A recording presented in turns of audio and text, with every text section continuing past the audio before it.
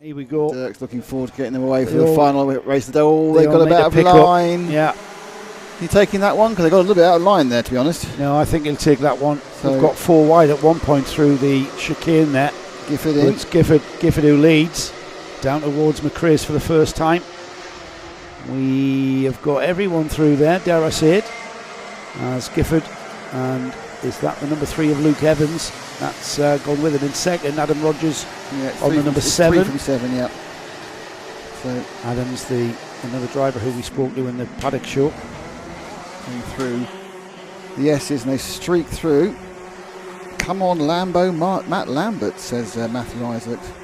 Well, Matt Lambert is, or was, I'll tell you where he was in a second. Here they come then. Let's see who it is. It's Paul Van Kieran Gifford who leads the carts across the line for the first lap. Luke Evans in second, Ollie Varney, Adam Rogers fourth, Kyle Dunford, Charlie Walsh, Paul Ozan, Finlay Watson, Pedro Oliveira, Max Martin it is, rounding off the top 10. Who's that lurking just outside the top 10?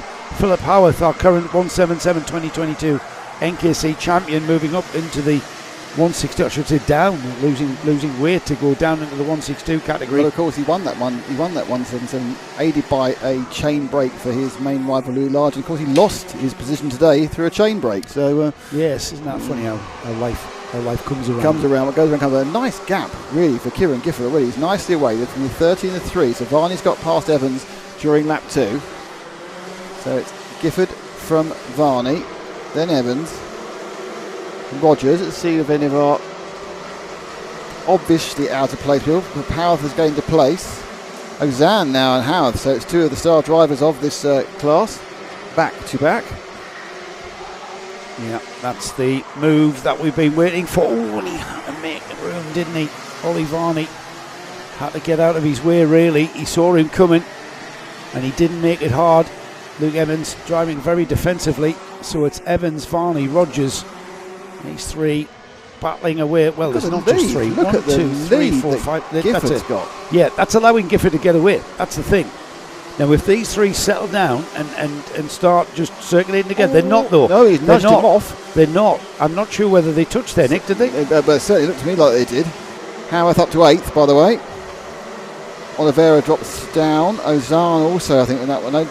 Yeah, so Howarth got Oliveira and Ozan that one. This battle is all over the shop here as Varney, Rogers and Carl Dunford are just, as you say, slowing each other up. But he's trying to speed him around that corner there.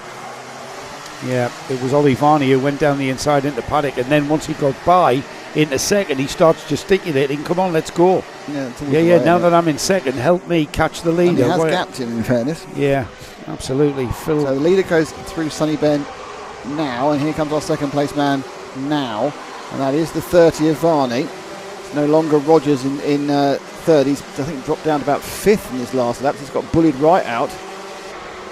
Black and the flag, 133 gets a warning. Howarth up to 5th. That's Finlay Watson with the warning there. Philip Howarth up to 5th now and getting right in amongst. To 4th. Let's stick with our gold helmeted driver because he is absolutely cruising through the field. He's on a charge, isn't he? And he shouldn't have started as far down he did because he lost a win, and that became a 23rd when he was chain break. So there's Howarth now in 4th and already hunting down the man ahead of him, who I think is Charlie Walsh. I think is Philip Howarth's Carl Dunford in front. No, he's done Carl Dunford already. Right, okay.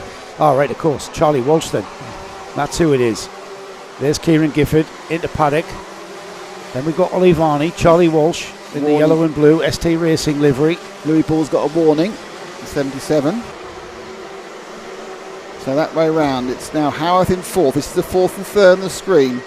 Watch for this. He had massive momentum coming out the chicane, and he uses that momentum and opens the door himself and steps through it. Charlie Walsh Charlie Walsh going, what are you doing? Take your foot out the door. Didn't really have a choice, did he? No, absolutely not. And Philip says to Charlie, come on, follow me. I'll catch these leaders. So he is gaining. Look, he takes absolute chunks of time out of that gap to Ollie Varney. The problem he's got is the gap between Varney and Gifford, 2.1 seconds. You know how hard Gifford's trying. Well, he's not. You know what? He's not that far behind the leader, really. Howarth has the fastest lap. Less than 3 seconds behind the leader. And he's got the fastest lap by 0.3 of a second in traffic. So Howarth now. He's only 2.2 seconds behind Gifford. looking to try and get past Varney as quickly as possible. Didn't quite have the momentum, or wasn't quite close enough to do it through his favourite position coming into McRae's this time round. You know what, Nick? After that nightmare non-finish in one of the heats, you would think, you know what, third, a podium position in the year final. That'll do. But no, I'll have second actually. And you know what? With just under 7 minutes remaining, Philip Howarth, I think, is going to catch Kieran Gifford. It's going to be a battle, because he's also, the important thing is that actually Ollie Varney hasn't given up. If Varney's got any sense, he'll just try and tag on the back of Howarth. Just try and use a little bit of the slipstream, and a little bit of the advanced warning of where to brake. You can probably go a couple of tenths quicker when you're following. Yeah, out of the chicane, and just look at the gap he's pulled to Varney already. He's pulling away from Varney. The gap between Howarth and Gifford was 1.8 seconds last time by. Yeah, we'll keep him monitor that every time they come through. He fires out of that. He fires out of Iredale's hairpin. And then look at how much speed he carries into the stewardess. He's taking chunks of gas. He's leaving Ollie Varney behind, and he's catching Gifford hand over fist. Just under 6 minutes. Yeah, he's got a bit. He's certainly gained this time on Gifford. You're absolutely right, Joe. Yeah, Varney's doing quite a good job actually. Varney is using that speed that Philip Howarth as a gauge for himself. 1.8 comes up half a second there was gained by Howarth on Gifford, and 2/10 by Varney. So he took half a second there, didn't he? Yep. So 4 laps to 8, well, 3 laps and he'll be there, which is quite ominous. Yeah, I mean, look at that. We you know what? We don't need to wait for them to cross the line soon. He's going to be there. He's going to be in a position where he's going to start picking up slipstream on these straights as well. Anyone who loses 3 stone just to race in a different class, that's dedication for you, isn't it, really? Yeah, put it absolutely. on 3 stone, I could do that. Absolutely. Oh, look at him. Look at the Howarth pulling on Gifford there as they went through St John's and then into Sunny. And you know what, Nick? I think we're actually at the point where we do not need that stopwatch. He's right on his tail. Second again. It was 1.3 seconds. It's 8/10. That's another half a second. Fastest lap. So don't forget, Kieran Gifford did his fastest lap of the race. That was a half a second slower than the fastest lap of the race by Phil Howarth, who did a 46 flat. He's going to be right on his tail. I love the way that Philip Howarth takes the speed right to the corner, and then the car just seems to stop at the apex. I would, just for drama purposes, really prefer he didn't catch him for about another 3 minutes. Yeah. We need a grandstand finish, don't we? But catching is one thing, passing is another. But he's got a really, really big advantage over Gifford. I think Gifford's look back. Oh, what's he doing here? And may have got the hurry up slightly. That's certainly not. That's what are we now, about 3 or 4 tenths between the two of them. Yep, 4 tenths. 4 minutes into the final third. Then this is an 8-minute race. Gifford might hang on. Yes, yeah, he possibly would. But right now, he's got Philip Howarth right on his bumper, and another couple of braking areas. He's going to be nudging him, isn't he? Out of Iredale's, heading down towards the stewardesses. This is where even Howarth could have a go into the lead, and he looks down the inside, and he does indeed make move. He made that move stick, and Philip Howarth is our new leader after Kieran Gifford went away after that kerfuffle at turn 1. That left him the gap, but now Philip Howarth has come through the field from 15th on the grid. He had a non-finish in the heats. That will lose him points for the championship. The points, but they stay as they are. The points comeback. It's brilliant drive, but they stay as they are. The points winner for the event quite comfortably with Kieran Gifford.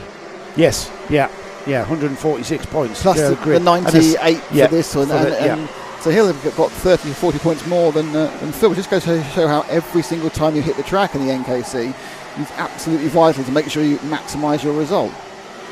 This is the closest on the track after Howarth has destroyed the rest of the field. Can James Wood get himself up to 5th? Looking at the inside of McRae, not quite.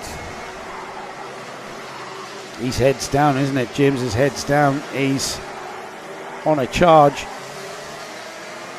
He's probably wanting another 5 minutes tagged on at the end of this race time, and then he might be on the podium. Look at that. That's local knowledge for you. Just through the cart in. Yeah. Watson's thinking about getting kind of a cut back there, but he's not going to cut back through that chicane.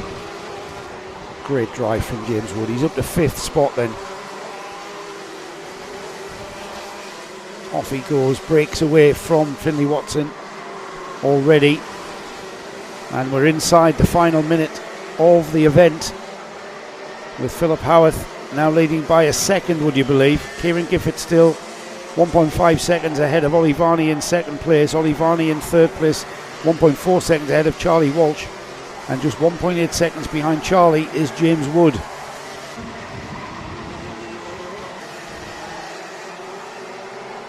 So storming drive. James Wood started 17th, Philip Howarth started 15th, and Philip making up that ground to take the lead.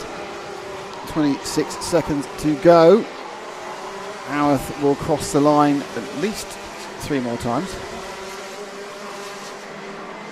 So he's got on to the final 2 laps of NKC round 2 at ROWRAH, and we finished with a masterclass from one of the champions, though not in this particular class, from 2022.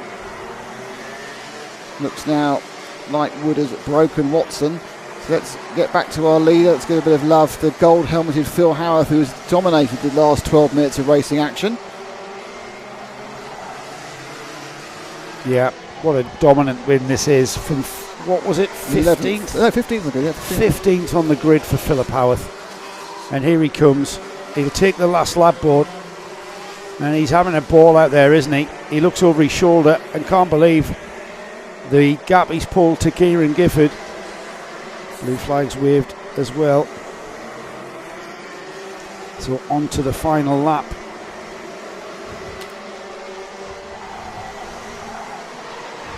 Into Iredale's for the last time then.